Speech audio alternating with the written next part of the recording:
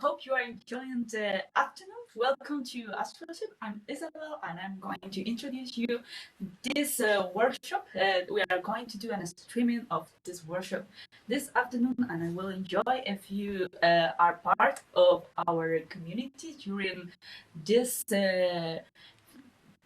minutes. We are going to talk about Internet of the Things and some special technology that could get us being together in a very special way. I hope you enjoy it, and Alex is going to tell you more. Thanks very much, Isabel. That's fantastic. Is this the camera I'm talking into then, is it? Yeah? Great. So this workshop, we're going to talk about an idea called the Ambient Kettle, which is an idea of a friend of mine, Andy Stanford Clark, who I think maybe be watching as we do this. Just before we do that, I'll give you a little bit of background. For those who don't know me, I'm Alex Lennon, Embedded IoT on Twitter. I've worked in embedded systems and the Internet of Things all my career, so far too long, 25 years. Most of the time, I'm based out of a makerspace in Liverpool called Does Liverpool. Fantastic place. Come and see us. We're very friendly people. Lots of interesting things going on. We at Does Liverpool are great friends with the people here at the Astralship. I guess a lot of crossover is to do with the fact that we all kind of love playing with little black boxes and IoT tech. And we believe in ideas like tech for good and helping people and how we can do things with technology that make the world just that little bit better. So that kind of brings me back around to this session, which is the Ambient Kettle. I think what I'd like to do is to give you a bit of an idea what we're trying to achieve. And then I'll show you a little bit behind the tech and how we make all this stuff work, and indeed, if you want to give this stuff a go, how you could start to try to do it yourself as well. A lot of these ideas are quite generic, so you can apply them across the world of IoT to different kinds of sensor projects that you might have. So without further ado, what is the Ambient Kettle? Well, if you can see from the setup that we have around us here in the workshop in the ship, I've got a kettle set up here. I've also got a miniature 3D printed kettle, which is rather fantastic, which Andy Stanford Clark has very kindly sent over to me. Now, the idea is that we live in quite disconnected times now. We all have a lot of loved ones who are perhaps getting a bit older. You have mom or gran or whoever it might be, and they live in their house and you live in your house.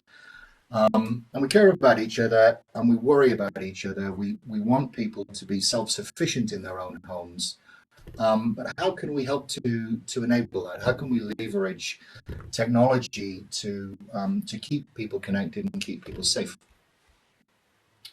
Now, one of the problems here is that a lot of people, myself included, and certainly older people, they don't like the idea of technology intruding on life. You don't want to be watched and monitored as you're going about your daily existence. And it's a bit of a concern, and it's something that we do need to deal with in society. So the way we're approaching this is to say, okay, how can we do something that helps people but is non-intrusive? It doesn't have this kind of Orwellian watching you all the time kind of feeling to it. And I think about 5 years ago, Andy came up with an idea which seems to tick all these boxes. So that's what I'd like to walk through with you today. Now, if you imagine, we've got a bit of technology here, which is a tiny little smart switch.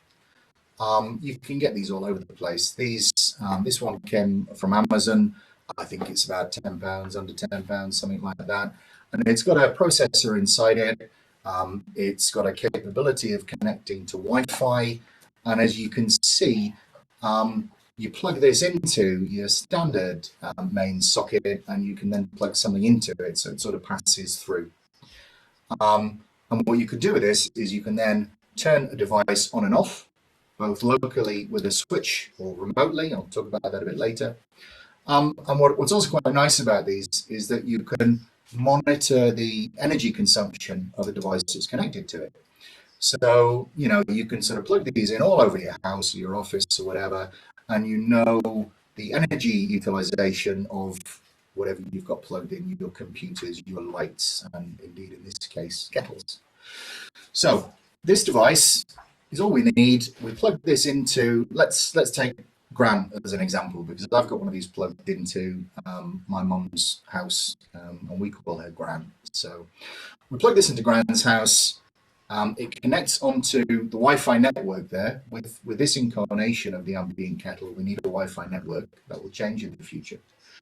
And with it on the Wi-Fi network, we are then able to see when Gran is boiling a kettle to make a cup of tea. And now Gran is a creature of habit. So she gets up in the morning, she goes downstairs into the kitchen, and she boils her kettle. And when that happens, our switch sends a signal off into the internet, into the cloud, saying that has happened, that the kettle has been switched on. Then through the magic of the internet, that signal is received pretty much anywhere in the world. And if we look at our miniature ambient kettle, it makes this change color. So I have this in my house, in my kitchen, and when I get up in the morning, it's blue as it is now, because overnight it resets to the blue color. When Gran makes a cup of tea in the morning, the signal is received. This goes through a color change cycle as the kettle is boiling, and it gets set to green. So at any time, as I'm wandering around in the background, I can see this, I look at it, and if it's green, it's quite fantastic, really, because I get a little feeling, because I know that Gran, I know that my mum is okay. She's up and about, she's had a cup of tea, and she's doing well. Now, if that wasn't to be the case, it gets to about 10 o'clock in the morning, and this would turn red. So we know that she hasn't had a cup of tea, there's perhaps a problem. And I have the option to give her a call, have a bit of a chat. You okay? How are things doing? Oh, I'm going to sleep in this morning. Great, no problem, fantastic. So it's a really, really straightforward idea that leverages IoT technology, but it wraps it up in the background so we don't worry about that stuff. And it's just about connecting people and making the world that little bit better. So before I dive into what's actually going on inside all of this, let's take a bit of a fly out and see if we can make this work. Here goes. So we've got a blue kettle, as you see in the morning now. If I turn on my kettle in the kitchen to make a cup of tea, that starts boiling. And you can just begin to see, I don't know what it's like on the stream, but you can begin to see a colour change now in this kettle. We're going through purple, we're going into red as water heats up for the cup of tea. You can see that happening.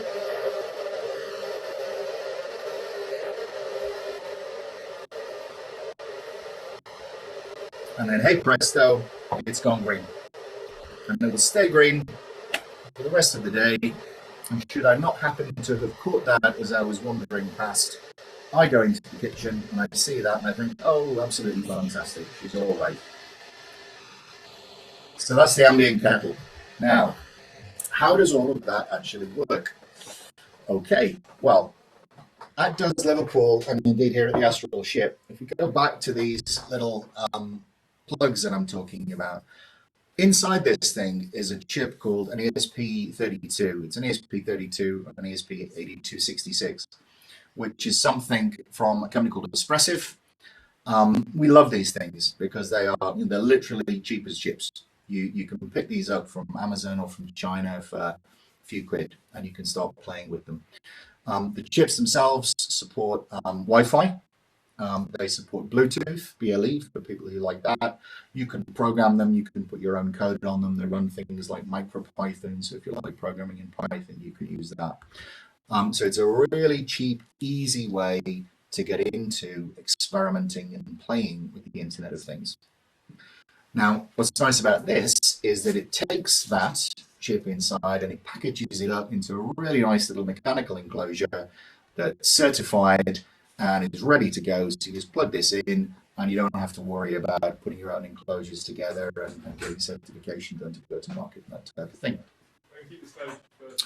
So this actually comes out of the box with its own firmware on, which we don't really find to be particularly useful for what we want to do, because we like hacking around with things. You know, we like changing things. So it's quite useful that we can replace the firmware on this device, which is what we've done here. And again, through the wonderful world of open source and the open source community, there are people who have done huge amounts of work putting firmware together that we can use. There's a couple of projects. One is called Espurna, E-S-P-U-R-N-A, which we've used quite a lot. It does for various things like power monitoring, power metering, because we're interested in where all the money's going on the electricity. But there's another project, which is what we're using here, called Tasmota, T-A-S-M-O-T-A, which is absolutely fantastic. It's wonderful. So what I'd like to do is to do a little run through, and I'll show you what the Tasmota firmware, software firmware is running on this device. And with a bit of luck, I might even be able to compile and put a new version on, just to show you how easy it is to do this. So if we do that, I go back to the laptop here. A couple of things. If you can see that, okay. Hopefully, these are basically these are white box goods from China, and there's a number of different brands. The one we're looking at here is an Avatar. You can see Avatar is selling on Amazon for about 16 quid for two, so about £8 to get one of these in and start playing with it. There is a program which I won't go through at the minute called Tuya Convert, which allows you to replace the standard out-of-the-box firmware with custom firmware. And that's all detailed on this Tasmota website, which you can find. Google for Tasmota, you'll find all this stuff. And it's a beautifully comprehensive project. They support a huge range of devices, from these smart switches that we're looking at through to light bulbs and all manner of other different types of these IoT devices, because essentially they've all got a very similar type of thing inside. Now, Tasmota aims to allow you to have complete control of your device, to monitor remotely what's happening on your device. So that might be, is it on, is it off, what's the current consumption, and also to control what the device is doing, so you can turn things on or off. Use cases for that might be, you know, you want all the lights to get turned off at the end of the day, or the television to be turned off at the end of the day. So you can automate all that kind of thing to happen. Now, with what we're doing, we've got Tasmota built up and installed onto these switches. This is the development environment, which is called Platform IO. I'd strongly recommend that if you're interested in playing with IoT devices, go and have a look at Platform IO, because it's really nice. It makes the whole business of dealing with embedded devices, IoT devices, very straightforward. The Tasmota code, which is, of course, again, it's open source, so it's all available for you there to download. You pull this in, you configure it up. We've got a bunch of different configuration settings here, which are what we're using with the Ambient Kettle project. And you literally just kind of build it up. There we go. And I can show you a little bit later how you transfer the application, the binary file, over into the device itself. Now, these devices are sitting on the Wi-Fi network here in the Astralship, and they're exposing a little web server, which is really nice. So we can go in and we can take a look at the interface to control what's going on these devices. This is how it looks by default. The formatting of it, you can see, is quite useful because it's very applicable to mobile phones. You know, you can run this up on a mobile device and it works very well. Now, this web interface, if you can see, is connected to this particular switch that I have. I don't know if you can see that, but I have a switch on on an adapter here, and we have a monitor that's being controlled through that switch. So I can click on the web interface and I can toggle the switch and our monitor will go on and off. So if you listen, you might even hear a click. You hear that? I don't know if you can see, but there's a monitor up in the corner here in front of me, which has just been turned off. And if I click again, it turns on, another click, monitor goes back on. So again, you can connect anything into this. It's a really, really comprehensive piece of software. I can go into a console here and I can look at exactly what's happening on the device in real time, and I can control that, and I can change all the settings, and I can debug any problems that I might be having. You can see that what it's telling me at the moment is that it's sending information up into the cloud about what I'm doing and what the power consumption is of the device connected to the switch, which I'll tell you about in a sec. If I go back, it's very, very configurable, and I have a number of different options to hook into. You can talk to Amazon through this, so you can control these things with Amazon Alexas, and there's a number of other home control products like Domotics, if I can say that right, that you can also hook into. What we're particularly interested in with the ambient kettle idea is using a protocol called MQTT, which was created by Andy Stanford Clark and another chap, Marlon Nipper. It's been around a long time and is pretty much a standard in the IoT space for devices communicating with each other, because it enables you to make sure your messages get from A to B in a reliable way. So what we've got here is we've got our device configured up to talk to my MQTT server. We call it a broker in MQTT terms. I'm running that on a box of mine over in Germany in the cloud, and I'm doing this so that I can show you exactly what's happening. Now, in reality, with the ambient kettle setup, the real setup is that this is going through IBM's Watson IoT platform, which is a secured version of this, which has encryption and authentication so that you can make sure that this information is kept private and nobody who shouldn't see anything will see what's going on. I mean, there is a minimal amount of stuff happening here. There's a kettle going on and off, but still we have to be very cognizant of privacy issues. So for the purposes of demonstration, I'm going through my server. I've got it configured up to go out onto the internet with some particular settings to be able to get into my server.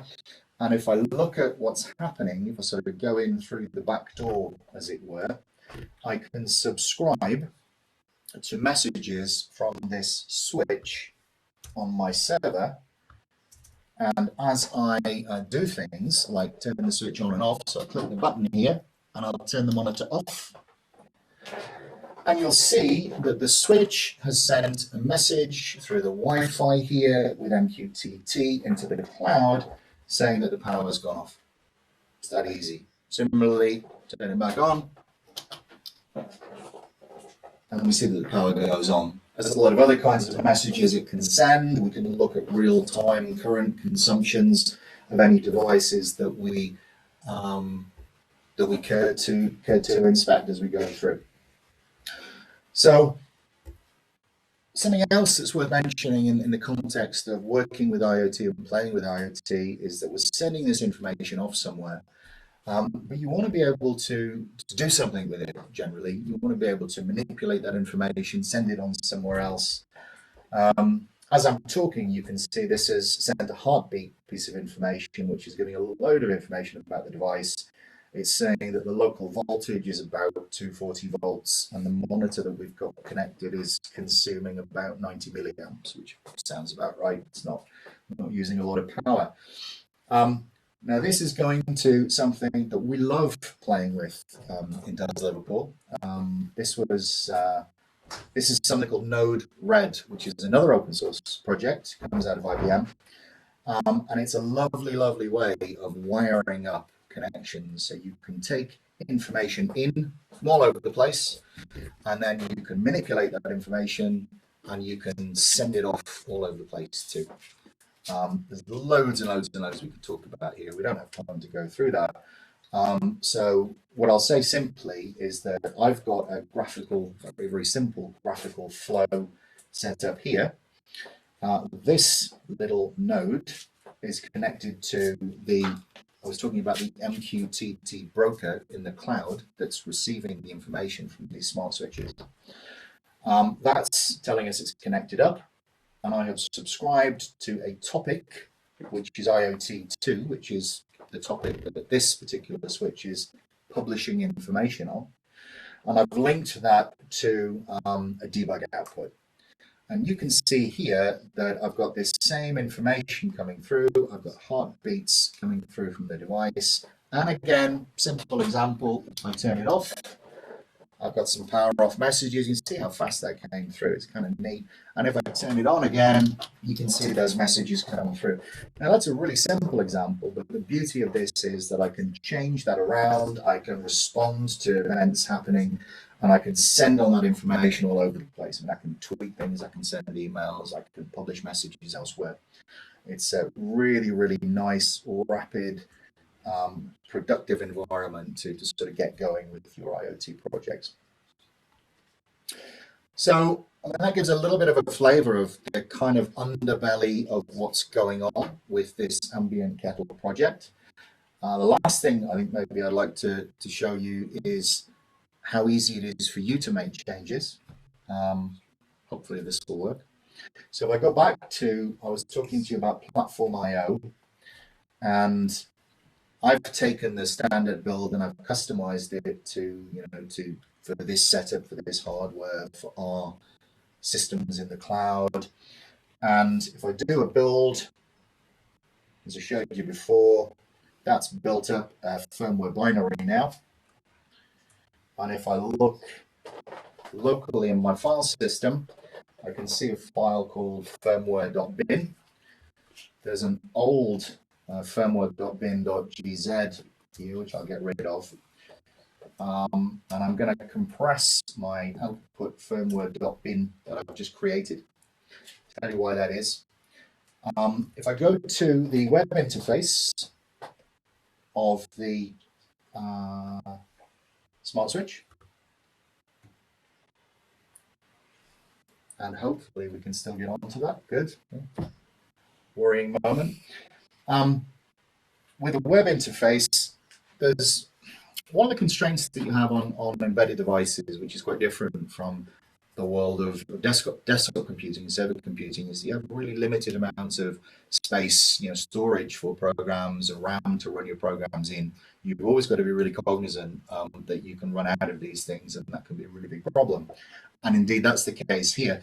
The Tasmota firmware is really comprehensive and relatively large for this device. So if we want to update, we have to go through a two-stage process to do an update, because otherwise there isn't space to do it. The first thing that we do is to do a firmware upgrade down to a smaller version of the firmware. And that's now pulling a version down from the cloud, upgrading the internal flash memory inside the smart device, doing a reset, connecting back up to this Astralship Wi-Fi network that we have here, and with a bit of luck, anytime now, it'll come back.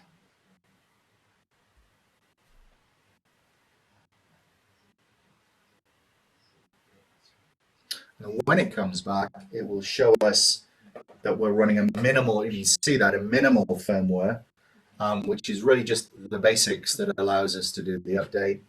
Then I can do a firmware upgrade from our local firmware file, and I compress it again for the same reason, because we don't have a lot of space to play with.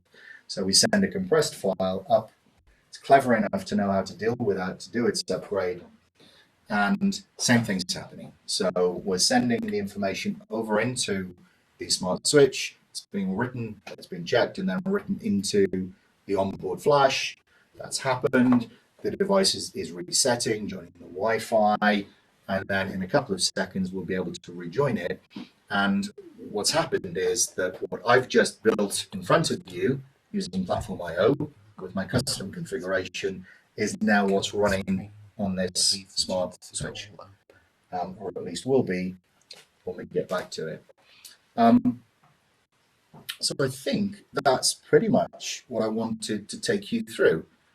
The idea of the ambient kettle, it's a use case for tech for good to bring people together in a really non-intrusive kind of way.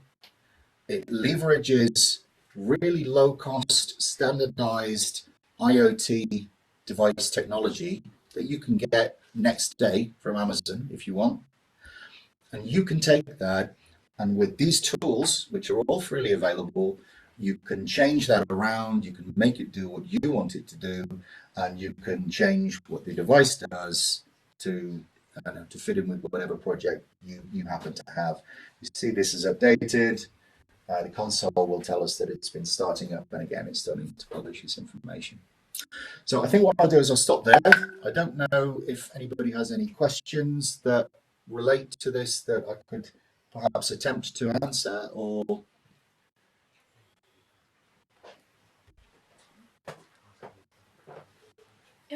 what about the power consumption? the power consumption of the socket itself.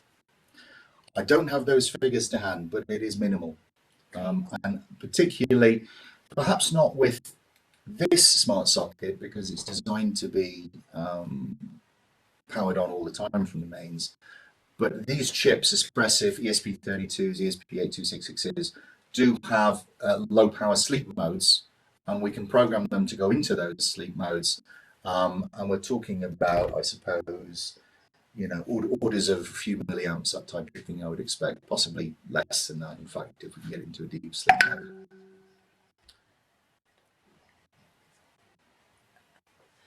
Can us put it everywhere in the house or just in a specific place? So with these devices, again, this is using Wi-Fi. So if you have, yourself, the Wi-Fi coverage in your house, if you have, wherever you can pick up Wi-Fi, for example, with your phone device, these things are going to work. So you can put them all over the house. We know that where Wi-Fi has its limitations, going through sort of thick walls and that kind of thing, you're often recommended to use Wi-Fi extenders. And basically, if you've got a Wi-Fi extender or whatever Wi-Fi coverage you have, these things will just work. So you can put them all over the place. I've done very similar things over many years, connecting up, kettles, fridges, the pond pump in the back garden, and basically whole house coverage to know what, mainly from an energy utilization standpoint, to know where things are costing money, and also to be able to turn things off. You don't necessarily need your UV light and your pond pump going all the time. And that, funnily enough, turned out to be quite an expensive thing in my yearly budget. But to get back to the point, yeah, you can put these all over the place. We are working on a sort of version 2 of this product, actually, which isn't going to use Wi-Fi. It's not going to need Wi-Fi coverage. You'll just be able to plug one of these things in. It will just work without any Wi-Fi or any setup at all. But that's a little bit further down the line. Thank you so much. Thanks very much. I have some question. Yeah, sure. It also works with Bluetooth, right? It works with Bluetooth, yeah. So as far as I'm aware, and I'm sure the people from Tasmotor will correct me if I'm wrong, but I don't think we're using Bluetooth at all here in any way, shape, or form. But yes, the hardware, the Espressif ESP8266 and the ESP32, both support Bluetooth BLE, and you can write your firmware, put it in here, and do things with that. As I understand it, and I'm not entirely sure about this, but there is a version 2 of the ESP32, which is kind of the current chip from Espressif, which they've brought out for a number of reasons. One is it's apparently more secure than the initial offering.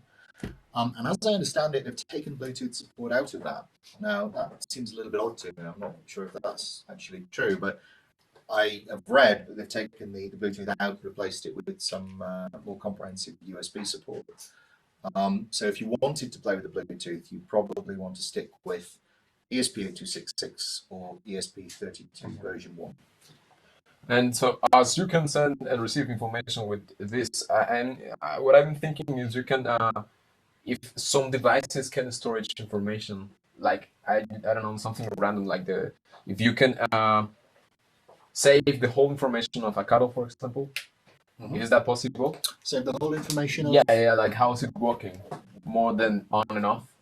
Absolutely, yeah. I mean, you have, there are different variants of these parts, but I think there's about 4 megabytes of flash in this. Oh, okay, yeah. So, depending on the kinds of information you want to store, you can store a lot of information. What I would say as well is that we live in these wonderful times where we have a huge range of IoT devices that we can get hold of. And if you go and search for TTGOs, TTGO, or LilyGo, or M5 Stack, these guys have a real kind of wide range of different types of IoT devices based on all sorts of different chips, a lot of them based on these expressive chips, for different purposes. So, you can certainly find there's a device, the name of which escapes me, which has an SD card connector built in. So if you really need storage, this thing just comes with an SD card connector. You put your micro SD card in, I think you'll find you can store pretty much anything you want. That's what I've been thinking. And so you can create as well, as you can see in the program, I think all the information, when it's off, when it's on, you can create a history of the device. How is it working? Very much. You can create a history of the device, of utilization. It plays into all sorts. I mean, if you look at that from commercial standpoints, a lot of IoT work is in sort of white goods. An ideal panacea for white goods manufacturers is to know when the thing is going to fail. How wonderful would it be if you could charge a small fee to a customer who buys a washing machine from you, and you could tell when that was going to fail and tell them you were going to fix it before it failed, so that nobody ever had a problem. And there's lots of people working on that kind of thing. A similar example from many years ago is that if you think of gaming machines in pubs and that type of thing,